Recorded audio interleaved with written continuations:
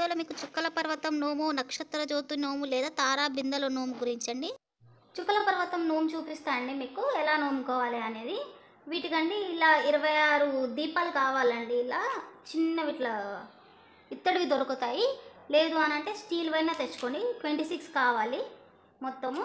ఇలా స్టీల్ వైనా పర్వాలేదు. లేదు అని అంటే మట్టి పనికొస్తుందంటే మీరు మట్టి ప్రమిదలైనా తెచ్చుకోవచ్చు, ఏదైనా పర్వాలేదు. మొత్తం 26 కావాలి. ఇది మనకి జంట నోమండి. ఇద్దరు ఉన్నారనుకోండి, ఇద్దరు కలిసి నోముకున్నప్పుడు 13 పెట్టుకుంటే సరిపోతుందండి దీపాలు. లేదు ఒకరే నోముకుంటున్నారంటే 26 పెట్టుకోవాలి ఒక ప్లేట్లో. ఇలాంటివి అన్నా తెచ్చుకోండి, 26 తెచ్చుకోండి. లేకపోతే ఇవన్నీ 26 తెచ్చుకోండి, మట్టివన్నీ 26 తెచ్చుకోండి. మొత్తం ఒక ప్లేట్లో పెట్టుకోండి. ఇవి ఒత్తులు బాగా నెయ్యిలో కానీ నువ్వుల నూనెలో కానీ తడిపి పెట్టుకోండి. తులసి కోట ముందు పెట్టుకోండి.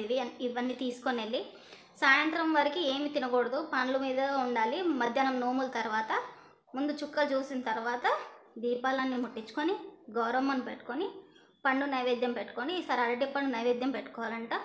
అరటిపండు నైవేద్యం పెట్టుకోండి. కొంచెం చక్కెర కానీ మిశ్రీ కానీ నైవేద్యం పెట్టుకోండి. దీపాలన్నీ ముట్టించుకొని నోముకోవాలండి. ఇది చుక్కల పర్వతం నోము. మనం ఇప్పుడు తారా బిందెల నోము లేదా నక్షత్ర జ్యోతి నోము అని కూడా అంటారండి. అది చూద్దాం. అంటే ఇది కూడా సరే చుక్కలు చూసిన తర్వాతే నోముకోవాలండి. సాయంత్రం చుక్కలు చూసిన తర్వాత నోముకోవాలి, అన్నం తినకూడదు. ఇలా వీటికి ఏం కావాలంటే ఇలా బిందెలు కావాలండి. ఇంత సైజు అయినా సరే, చిన్నవైనా సరే, ఏవైనా పర్వాలేదు. ఇలాంటివైనా సరే బిందెలు, ఇలాంటివైనా సరే ఏదో ఒకటి బిందెలు కావాలండి.